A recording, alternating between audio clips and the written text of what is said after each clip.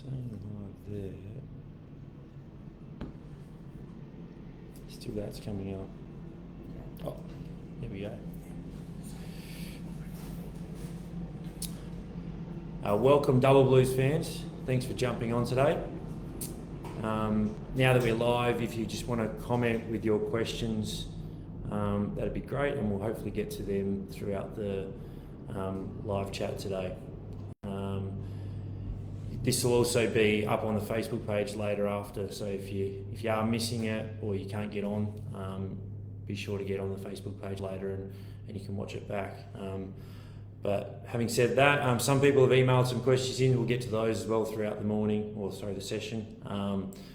But I think we'll get going now. So we've also got some questions being asked as well. So we'll start with one of those.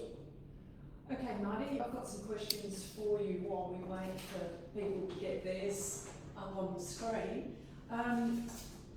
So back on the track again for this year.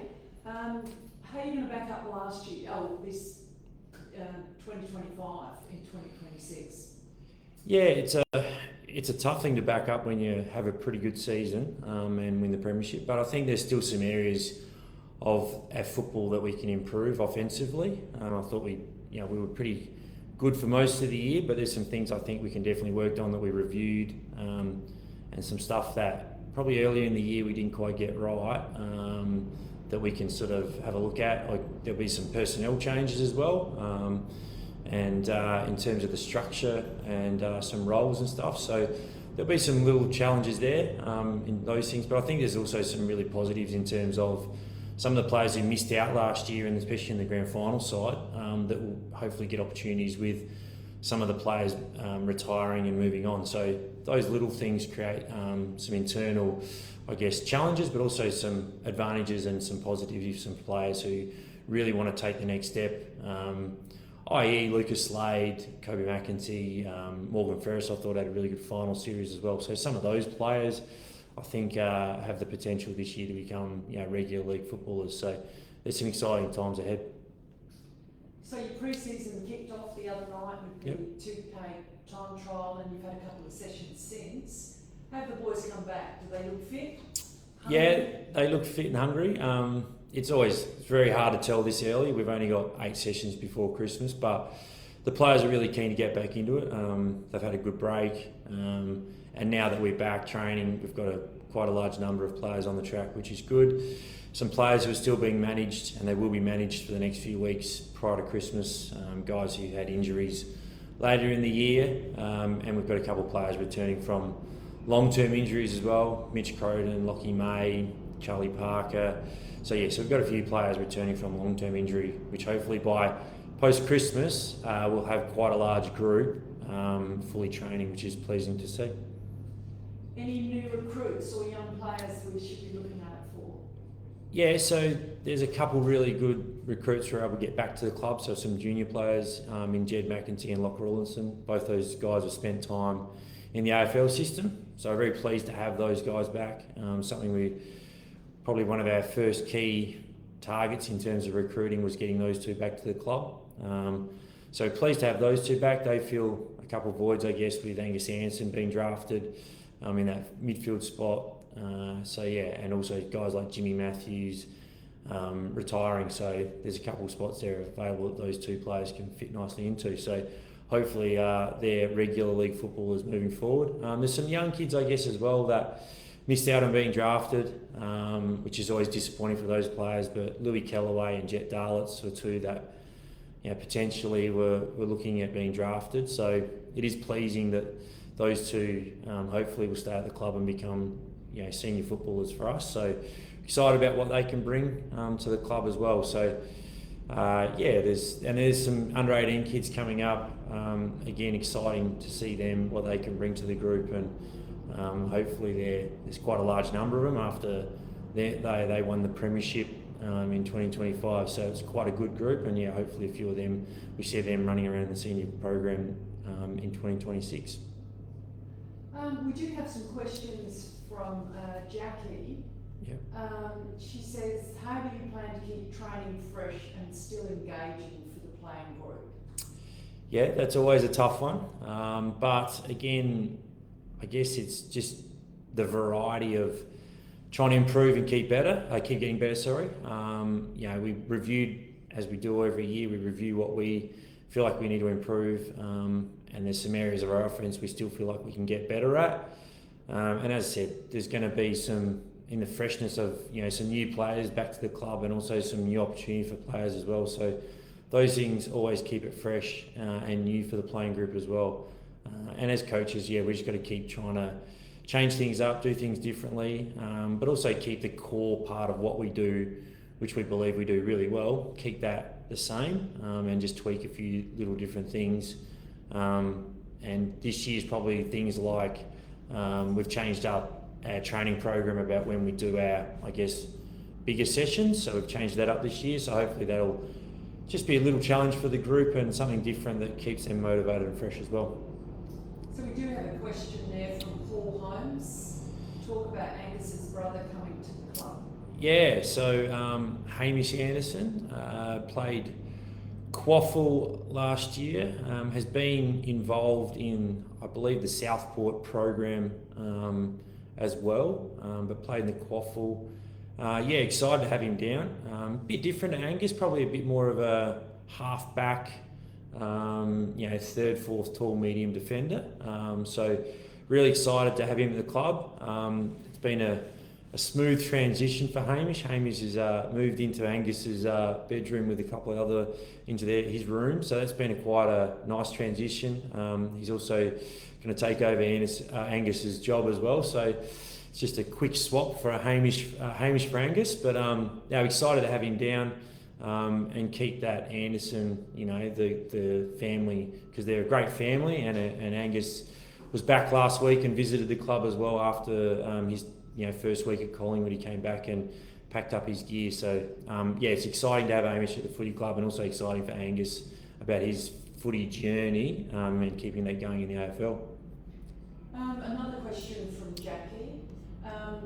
She said, any funny or just happy stories you can share about the 2025 Grand Final celebrations? I just think the Sunday night after the game is quite it's a fun and enjoyable night. I think probably my most enjoyable personally was probably the half an hour I think we got out on the oval with just the playing group and a few of the staff members and the coaching panel. That's sort of my favourite memory of the night. Being able to access that, having the photo in front of the scoreboard, and just generally just having that half an hour of time with it's been a long season and a long year, to be able to just celebrate and enjoy that few moments with the playing group. And because as we know with premiership sides, very rarely do that team or that group of players ever together again. So we just enjoyed it, made the most of it. That was probably my most enjoyable sort of moment. And then I guess the next part of that is going back to the Aqaba, and that was really enjoyable to see so many people back there and see, I guess, the enjoyment of our supporters and our members on their faces about us achieving, the premiership and bringing the cup back down the oval, which is another enjoyable part of the evening and the week as well. So Curtis Sofo has asked about Angus Anderson. Yep. And do you think he'll be great for Collingwood? And he's also added that he's a big Pies fan, so he's pretty happy with that recruit. We're very excited for Angus. He's he's done it hard. He's moved away from home, came to Adelaide, to Sturt, and has had a great couple seasons playing league footy and deserves everything in terms of being drafted. And it's exciting. Goes to Collingwood, another great club, a successful club as well. And I guess there's no preconceived ideas about Angus and where he'll go, but hopefully he gets a game next year. Being drafted's a great thing. It gets you that 2-year contract as well, so gives him some time to develop in the AFL system and the AFL program at Collingwood, and hopefully becomes a regular league footballer. So Vince Mussolino and Daryl Tasker would like an update on Flynn Perez and what's happening with him at the moment. So Flynn's training at Hawthorn. He had a conversation with us a couple of weeks ago, or myself a couple of weeks ago, and he's been invited out there. So I believe they've got a few players training on, 3 or 4 players training on, and I believe they have 1, maybe 2 spots available on their rookie list. So yeah, we'll wait and see. We'll know a bit more at Christmas. Flynn said he'll be updated about where he sits at Christmas, and then we'll get a bit of an understanding about is he still in, I guess, that mix of that spot, or if he isn't. But he's signed at Sturt, so that's a positive in terms of that. But yeah, we'd love to see him, or give him his opportunity to keep pursuing his AFL dream and getting back on a list. So yeah, exciting times for Flynn over the next few weeks.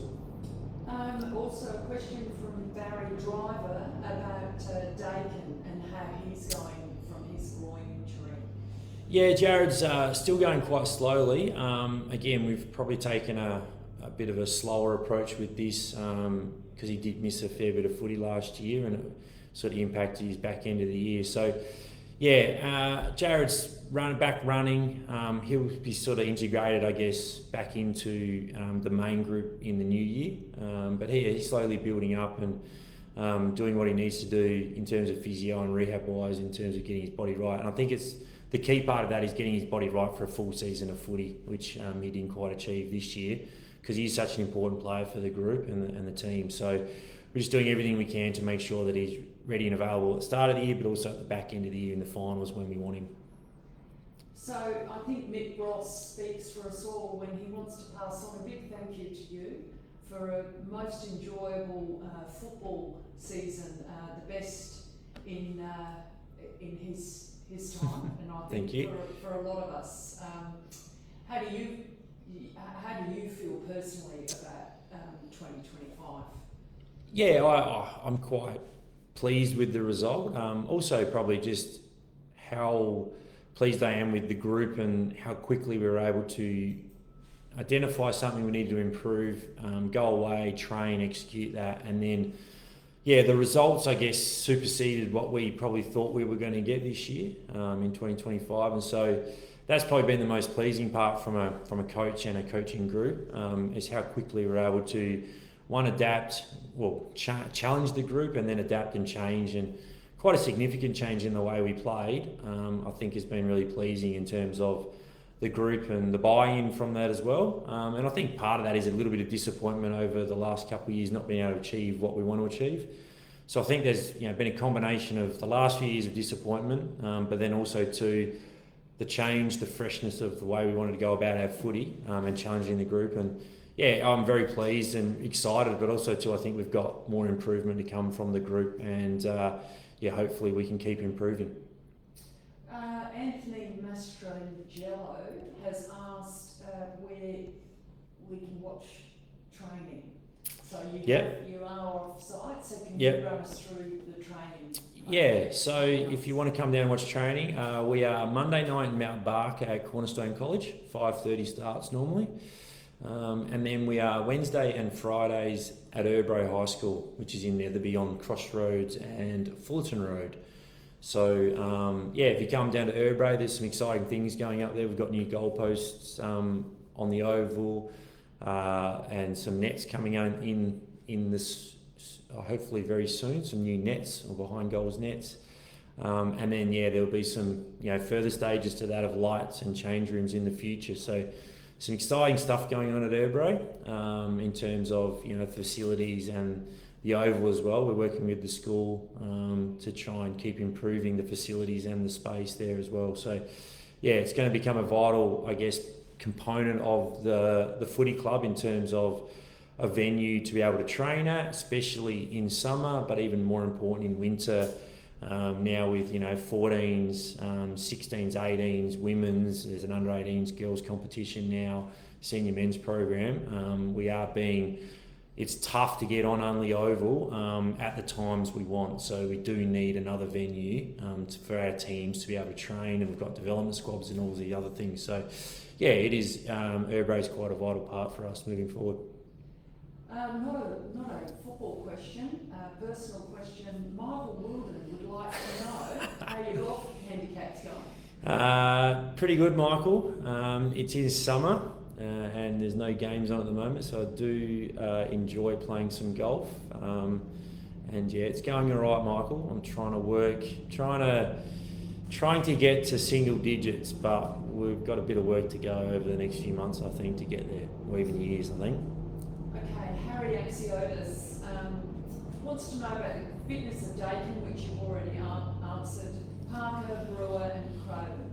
Yep, so we'll start with Mitch. Mitch is tracking really well with his ACL. He is on track, to return early next year. We haven't really put a timeline on that, but yeah, he's going really well. He's integrated back into training already. He's running and looking quite good. So excited about that. So yeah, hopefully he continues in that path, and in the new year he'll start fully training with the group and be close to return when he is meant to return. Charlie Parker's tracking really well. Again, he's missed a lot of footy at the end of last year and is going really well. He is running, integrating back into full training, and again, post-Christmas or New Year, he'll be sort of full training and again, looking at round one. And the third one, who was that? Sorry. Oh, Sam Brewer. Yeah, so Sam, again, not a great year for Sam. Again, Sam's been integrating back into the main group as well. So all those players, I guess, in the new year will all be returning to full training. Same with Lockie May, who hurt his knee pre-season last year and missed all of the season. He's a key defender out of the Hills, who we're really excited about what he can bring to the group as well. Yeah, so these players will all integrate in the new year into the full training, which is exciting after missing a lot of footy. Some pretty big names there. Yeah, there is. Yep. Selection will continue to be a headache for you. Yep. In 2026 if everyone stays fit. A question from Paul Holmes. Lockie Burrows in the twos a lot last year. It's good to see he's recommitted and signed for 2026.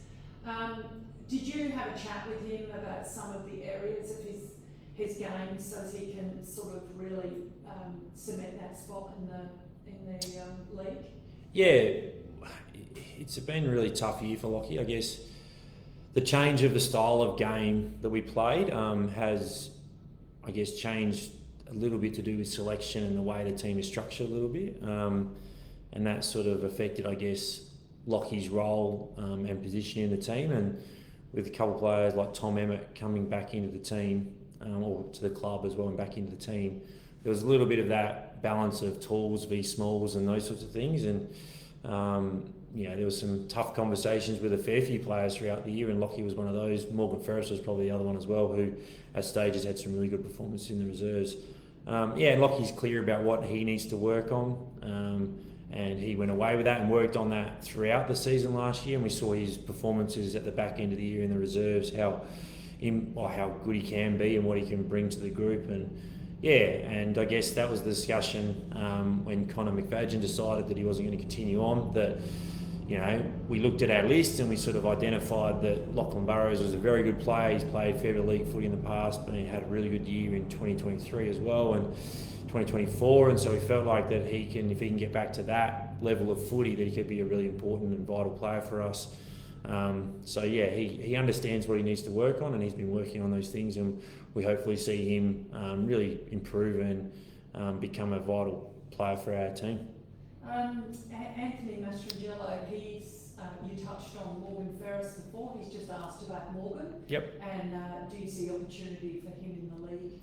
Yeah, we do. I mean, that's part of the reason why we've tried to re-sign all our players from last year. We feel like we've got a pretty good list, and we've invested a fair bit of time into these guys, and we believe Morgan is a league footballer. He probably just had a few injuries last year and some, not being able to put a really long block of games together was, Morgan's, I guess, the issue and concern we had last year. But we believe he's a league footballer, and he's, again, having a really good pre-season. We're really looking forward to what he can bring to the group. And, again, there's opportunities now for players to take those spots of, Connor McFadden, who played in the grand final side. There's Jimmy Matthews as well, Angus Anderson.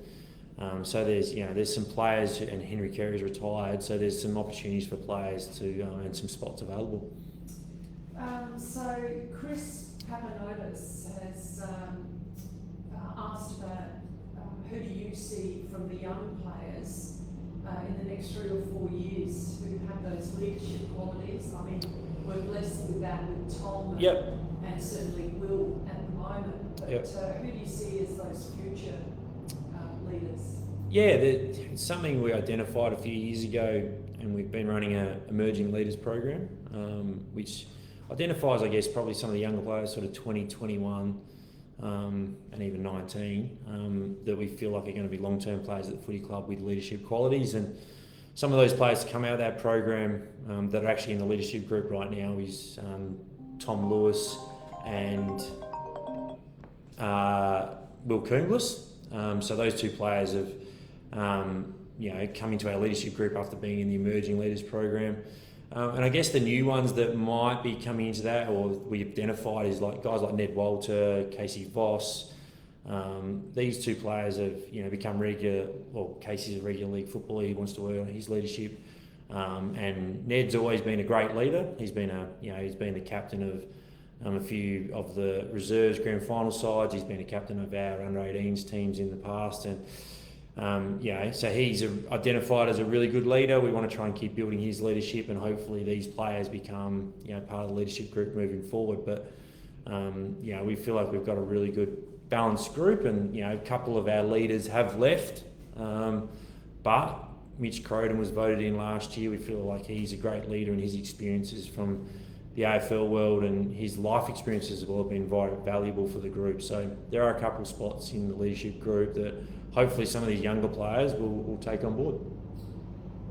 So Michael McKay, not sure I want to ask you this, he wants to know what your next career move is. I'm hoping you've got your head just into 2026 with the Sturt Footy Club, but a fair question. And someone else a bit before asked, is AFL in our future, but I don't know if that means your future. Well, at the moment, no. Very happy at Sturt and really trying to, I guess, build something that we started about 3 years ago when I came back to the club about building success and sustained success over a period of time. And I feel like I've probably part way through that journey. So at the moment, very excited to be at Sturt and happy here. And there's also other things, personally with family and my lads and kids and where they're at with their schooling, and my wife with her job, that probably us to move interstate or look at the AFL systems, probably just not the timing's not right for us. So but again, never say never, but at the moment, really excited to be at Sturt again next year and hopefully for a few more years in the future. Chadwick Manolakis has asked, this is probably more a question for me, but we'll see how much you listen in the staff meetings, Marty, about the perimeter fence and when that might go up. He's also asked when we get onto Unley Oval after cricket, and you did address before where we're training off-site at Urbray, Cornerstone, and Mount Barker. Obviously, he's mentioned Scotch College. We haven't trained there for some years, and neither will we be in the future. No. So what's your knowledge of the fence? So Unley Oval, I'll answer the one I do know, or 100% certain, but it's normally when the footy season starts. So round one of our season, the senior men's season starting, we normally are allowed on Unley Oval, and then we have it for the whole of winter. So it's exciting for the playing group when that week rolls around, but there is also a little bit of a transition period from cricket to footy. So there's there are a few restrictions on some things on the Oval, but we can see how much it's improved over the last 3 or 4 years in terms of the investment of council and the club. That now, the Oval is looking really nice all year round, and it's a real pleasure to have such a beautiful Oval and facilities now at Unley Oval. So it would be nice to use them all year round, but we also understand that part of the community is the cricket play here, and so but we, as I said, we're building quite a good relationship with Urbray High School in terms of building that facility and venue to be a training venue as well. So excited about the future. The fence, I believe, is happening in the new year, and it should be up and running for round 1. Is that correct? Our first home game. That is the plan. So that's exciting as well for the community and the club as well. We're excited about that, and hopefully our first home game, whenever that is, we'll be able to see the fence and utilise that, which should save a lot of hours in terms of volunteer hours and cost for the footy club as well, which is exciting moving forward. Well, on the schedule, Sanford's releasing that tomorrow. So we should know that fixturing early tomorrow at some stage, which is exciting. Looking forward to next year's fixturing coming out. Vince Mussolino has asked an update on Dan Scholl, and could he replace Connor? Yes, he could replace Connor, and we are excited about, Dan and where he's at. We bit unknown 2025 about Dan about returning from such a long, stint out injured. But we were excited about him getting back playing footy. That was probably the first excitement. Then we were probably excited about him putting a few games together, and his performances towards the end of the year really showcased, I think, what he can still bring to the group and with his football. So we are excited about Dan in his pre-season. We're still going to have to be, managed a little bit because he has missed so much football over the last 3 or 4 years that his body still is adapting to being able to train full time. So there's some little things we keep working on with shoulders, but really excited about him, and he's one of definitely those players who could fill Connor's void, and I'm excited about him getting back into playing league and senior footy at Sturt. Okay, so Mark Mitchell looks like he's a good mate of Scotty Prebbles, or related to him. He's mentioned the 3 players that were drafted recently. Yep. Is Scott doing too good a job in that area? No, he's doing an amazing job, but he's doing a great job, and that's the whole ethos of this club, is to get players drafted, as we saw with. And again, the whole idea behind it is that they get drafted, they go, they play AFL, and they come back, and that's been rewarded this year with Locke Rawlinson and Jed McEntee. So we're excited about those 2 players coming back to the club.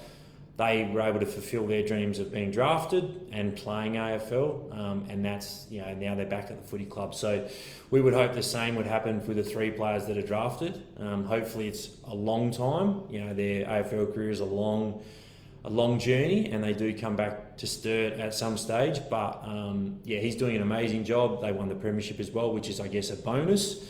But we've also got a large number of players coming into our senior program from that under-18s program, and we're excited about some of those players coming into that as well. So, does an amazing job. This year's probably one of those years which is out of the norm, where we have 4 players drafted and 3 from our juniors.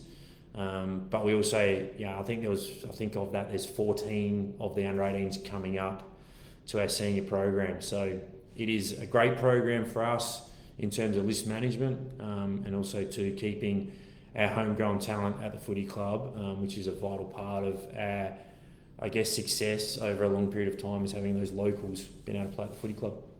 Just on that, how many under-18s have been, from the under-18 program this year, have been invited up to train with the seniors? Yeah, so I think 14, and I think we're at about 12 actually have taken up that offer, which is a pretty good rate. I think this will be something like nearly 40 in the last 3 years that have come up to the senior program. So, it's a really vital part of our program, and it is important that we have that, continued over year after year, where we have a large number coming in, because that's the core group of our playing list, is our locals, and especially our. Some of the reserves grand final this year, there was a lot of, Tommy McCord and Morgan Ferris, and all these guys were all locals that have been involved in our junior programs. So Chad Manolakis has, just going back to Flynn Perez, do you think he is a chance to be picked up in the SSB draft, or that period? Has Tommy Lewis had any interest? And Lucas Slade, what what do you see from him and his role in years ahead? Yep. Flynn, I guess it's unknown. It is really unknown. I guess we'll have to wait and see. As I said, Christmas time Flynn said he should have some more information about where he sits. So yeah, we'll know more then. But again, it's a bit of an unknown quantity. I believe Hawthorn have 2 list spots. Whether they take 2 players is another question as well. They've got 4 players, I believe, training on. So there's also a lot of other players that they would still be looking at that aren't training on. So there might be, a dozen names they have. So it's really hard to tell. So a bit unknown. Lucas Slade, Tommy Lewis. Sorry, go back to Tommy Lewis. We have a lot of players that have, I guess, AFL clubs ask questions of myself and Scott Preble in terms of that recruiting space. I guess Tom had a really great season in 2025, won nearly every award that was available to win individually, or to win individually. Again, clubs ask about where he's at as well. I guess if he did get an opportunity, he'd take that on board, but nothing has come so far. And Lucas Slade having an amazing pre-season, putting up huge numbers in the gym, and also won our 2K time trial, which is amazing for someone so young, but also to be quite high up in both the physical side of it in terms of weights and pushing weights around, and also the running. So not many players can do that. So he's got quite a unique physical attributes. So we're excited about Luca, and he got a little taste of senior footy in 2025 in terms of half forward, but we would love to see him keep developing his game and working on his game, and long term probably as a midfielder. But again, it's a tough team to get into. So Luca's worked really hard on, I guess, more his outside game, playing half forward, wing, and he was able to get a few minutes in the midfield in certain stages in a couple of the games he played. So excited about where he's at right now in terms of his physical preparation, but what he can bring to the group in 2026. Really excited. So Steve Swindler, brother of the legendary Nick, who turned 65 this Thursday. Wow, it's a good effort. We can't forget that. No. He's just asked any news on Chris Trapp's replacement for football manager. Yep. So I believe interviews were done last week. I believe that there'll be an announcement in the next day or two with that person who's going to fill that void. So hopefully there's some news in the next day or two regarding that. And just on Trappy, he's been amazing. Him and I started 16, so 10 years ago. And it's been a pleasure working with him, really exciting. Look forward to his next stage of his, I guess, journey in football at the Crows and at the Sample. And he's already come back to the club once already, and we'll see him around, I guess, as a spectator. But he's been an amazing, support for me as a coach and the footy manager role, but also coaching the reserves. He's done an amazing job with our juniors and our reserves players over the last 8 years. I think he's done that. And it's an exciting time for him moving forward. Yeah, well, he certainly has had a successful time here at the club. Part of 3 senior men's premierships. Was it 2 or 3 reserves? It's 2, maybe 1 or 2 reserves premierships, 4 grand finals, an under 18 premiership grand final. So I think it's something like 2 years we haven't played finals that Trappy's been involved in the footy club. So and he stays connected with the club. Yep. In his role as the he does. Yep. He does too. So that's going to be. We'll still see him around and hopefully get a few games as well. Another question about Taj Garrett. Paul Holmes, he's seen him play a bit in the 16s, 18s. Yep. He thinks Taj is top class. Yes, he is. He'll get a run with the seniors. It's a tough one. So Taj is still he's under 17s this year. So he was lucky enough, I guess, to play in the 16 state. Had a really good carnival, really good season. He was lucky enough with himself and Harvey Chapman as under-16s to play in the under-18s finals and win a premiership as an under-16, which is a great achievement for those two boys. I guess the focus of Taj is probably he's still got to get through school. He's still going to be involved in our 18s program. So senior footy is probably not something quite right now that's suited to Taj, so he needs to keep developing his footy. But excited about what he can bring. In his under 18 year, then there'll probably be a discussion about what he does. But with the SANFL hubs going on at the moment, that's quite an elite training program that those players are involved in. So they are there for basically all of December, January and February. They then break and come back to the SANFL clubs, and then they do have the under 18 champs as well. So it is hard for him to be, I guess, integrated into our senior program because he's away in those hubs at SANFL level. So we've just got to, I guess, manage his loads those years as well, because there's a lot of footy going on. So, yeah, excited about him as a footballer, but excited about his journey as well, and we've just got to navigate that over the next few years. So he is part of that talent hub? Yeah, so I believe he's part of the talent hub this year as well as an under-17 as a bottom ager. So it's exciting for him. But again, we as Sturt, we won't see him until sort of that February, sort of March sort of window. And then he'll sort of go into that, and he's still at school, so there's all those different things going on. So it'll be something that we'll have a conversation about in the future, whether he does ever integrate into the senior program. But it's also about, I guess, Taj and Harvey, it's about what's best for them, their footy and their journey towards the AFL as well, getting drafted. I think you get a bit of a stitch up here, or at least from Jack Penfold. I did see that one. Josh Hone. He looks like he's had a good off-season. What are your thoughts on that? Because I saw Josh the other day and I thought he looked pretty fit. I think this is the most Josh has done ever before Christmas. He's looking very good. Him and Luke Edmonds, I'm excited about those two. Firstly, they signed on very quickly and are excited about playing them next year, which was good to see. But I believe they've been swimming and doing a lot of training in the off-season, preparing for this year. And both are looking very good at the moment, Jack. So we're excited about it. Josh had a very good year, so did Luke. I know he was injured a bit, but both had very good seasons and excited to have them back. Does that make Josh the elder statesman of the club going into 2026? Which is ironic because in 2016 he was the baby. Yeah, he was one of the youngest. I think he is. I think Will Snelling, him, they would be maybe Charlie Parker now, the three oldest. Will Snelling maybe as well. So they'd be the four oldest, I reckon. But yeah, I think he is the oldest now at the footy club. A sensational journey he's had. Yeah, and an amazing year last year, so hopefully he can keep that going. Look, always nice. There's not really a question, but Aussie Footy Chats has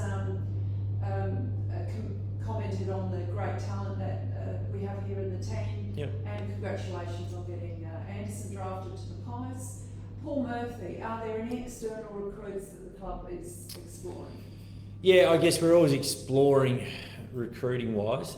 It's, I guess, what we need versus our list and all those things come into it as well. And then we've got the salary cap to work with as well. We are always looking at keeping improving our playing list.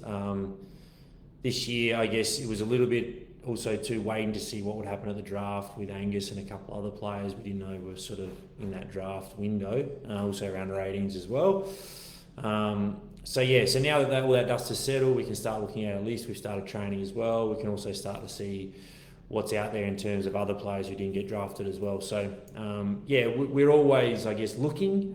Whether we actually do sign anyone, we'll wait and see. But we are still, I guess, having those conversations with people and seeing where they go. So there's a few questions here that we have already answered, or you have already answered, Marty. If people want to, they can go back and watch the video again to get the answers to those questions. We aren't being rude and ignoring them. We just, for the sake of those that watched the whole thing, we just don't want to keep repeating. I've got another question here from Jackie. Do you get the time to spend on honing specific skills like kicking both sides of the body, spoiling, tackling, technique, etc.? And do players with particular skills in that area, do they take a lead in sharing their ability and experience at training? Yeah, we do. Firstly, we do spend a lot of time, I guess we call it craft, on our basic and fundamental skills. So throughout the week, the players would, spend somewhere in the half an hour to longer working on those skills, which is still vital at this higher level and the highest level. So something we still do, and especially pre-Christmas with a lot of our players, it's about having them being able to do the basic and fundamentals really well. And we still do, I guess, do a lot of kicking, ground balls, marking, spoiling, all those sorts of things as well. It is something that we still value quite highly as a coaching panel and a coaching group, and something we do identify with our playing group that they can still improve even though they are, for example, Tom Lewis, I still feel like this year had a really good year, but he was able to still improve in a couple of areas, especially his kicking inside forward 50 and scoreboard impact. I think Tom's kicked the most goals he ever has and had the most shots on goal. So there's probably one example of someone who's a very good footballer, still working on his craft and still working on his footy, and he was able to still improve in that area and take his game to another level, which is still exciting. So beyond the field in 2026 and hopefully lots of wins, are there any cultural or development goals you'll be focusing on? I guess we're always identifying areas that we can improve and get better at. And we were excited last year, Mark Evans, who's moved out into his, out of the corporate world and into started his business. He identified the leadership side of things, that he wanted to do some stuff there. He came on board last year, 2025, and ran our, culture and leadership program.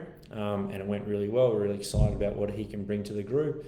And he's going to continue on next year in 2026. So, and that role is ever evolving. And Mark's going to facilitate that program as well.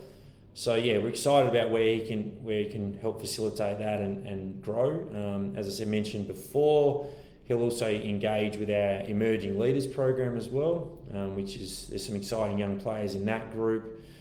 So Lucas Slade, Locke Rawlinson, Kobe McEntee, Sam Waltham, to name a few. It's an exciting group, the up and coming group of our list. So excited about what Mark can bring, and he's been a really important, new voice for the group, and a different voice. Really excited about the results we got in that space, and something we can keep evolving and improving on in 2026. So that's Mark Evans. Yeah, Mark Evans, yep. Dual premiership player from 16-17, yep. So he's started a new business. So he's in that sort of leadership and culture thing at the footy club, which is exciting. Just a few more. James Rosenberg has asked about Rory Illman. Yep, so Rory has re-signed as well, so excited to have Rory back. Again, tough year for Rory. Again, I think a little bit of the change of the style of play, also the personnel. We had, Zach Becker take another level of his game. Flynn Perez, I thought, consistently was, getting on the park as well, which is pleasing, and performance was quite high. So there was, some challenging spots there, and challenge 4 spots, and he had a disappointing, and Rory and I sat down, and he was disappointed with the end of his year, and we sat down and we sort of worked out that it was some things that we could have done better as a coaching group, and Rory needs to keep improving as well. But there is opportunity now with Henry Kerr retiring that we hope that Rory is one of those players that's pushing for that spot, and whatever happens with Flynn will happen, but there is some opportunity for players returning, and Rory's re-signed, which we're excited about having him back at the club. So Jared Goodwin's asked about Charlie Parker, which you did address a little bit before. Where do you see Charlie's role in 2026?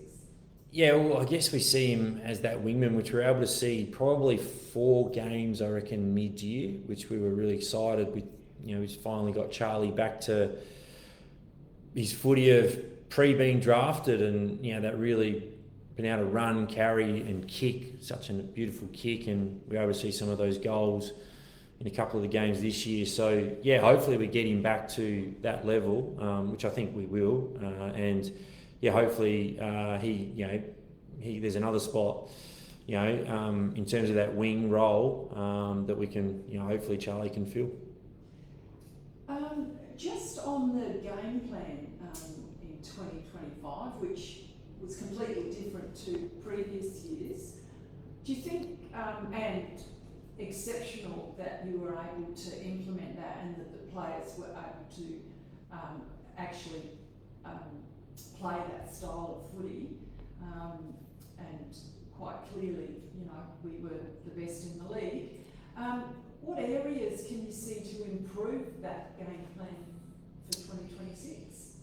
Yeah, it is tough, I guess, to think that we can, or how can we improve on last year, but definitely think there's some offense things that we did last year that were still inconsistent, especially early on, and sometimes even later in the year when we were challenged a few times, that we still need to keep improving, and there's some little things that we can always improve on as well, but I think little things like forward 50 entries, I still think we can get better in that space. Goal kicking, hopefully we can keep improving that as well. So there are definitely some areas, especially offensively, I think we can still improve and get better at. And I think defensively, I think we're still really solid, and we can still fine tune some areas of that as well, to always keep improving and trying to be the best, and also to preparing ourselves for the finals, which we were big focus this year was making sure that everything's focused on, us having the right process and the way we want to play, but also, for Adelaide Oval and the bigger ovals, and being able to be more consistent as well. So Paul Holmes has commented on great to see Michael Voss supporting Casey and the Double Blues on Grand Final Day and back at the Arkabar with his Sturt cap on. Yep. He's asked with Vossi, is his future long here at the club, or? I hope so.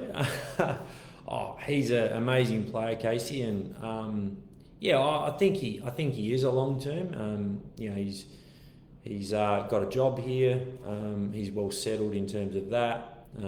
His partner Izzy plays for the footy club as well in terms of the women's side. So, I guess you never know, but at the moment I think Casey's really enjoying his footy. I think winning a premiership was an exciting thing. That's something Casey's had on his goals over the last few years that I've been coaching him, that he really wanted to achieve. I think also too we've had conversations about leadership group and being a leader of the footy club. So excited about the next few years as well. But I think he is a long-term prospect for the footy club, and someone that hopefully will be around for a long time. So John McKenzie has texted. Our the spiritual leader of the Chamber Choir, he's quite happy with the questions that have been asked, so he doesn't feel that he needs to chip in, except he wants to know if you would like the Chamber Choir to do a coach's song. No, I'm all good. You can stick to the players, John. Okay, that's easy. You've answered that. We're getting close to 1:30. Anything you'd like to say, Marty, as we go into this holiday season, and anything to the fans? Firstly, thank you to all our fans and supporters for their support in 2025. It is great to see. I think the final series was quite glaring how many Sturt supporters there were at both of our finals, and also to the grand final. And then back at the Arkabar, how many people were back there as well. And also, I think some of the players really were able to see the joy that winning a premiership brings to our supporters and members. I think the players probably don't really see that emotion from the supporters until you actually win one, and how much it means to some people. So that was pretty exciting and enjoyable. So thank you for your support and that throughout the year. And yeah, again, we need that support moving forward for 2026. So, please buy your memberships, come into the club, speak to the club about that as well, and sign up for next year. As I said, hopefully it's another exciting year moving forward. And yeah, I guess part of this, thanks to the people who joined on today in terms of your questions and the viewers as well.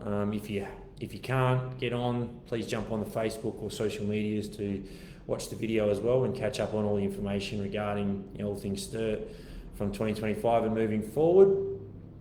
And yeah, I guess if you have any other questions, then put them on the comments here as well, and we might be able to get to another one throughout pre-season and answer them as well. But yeah, thank you for joining today.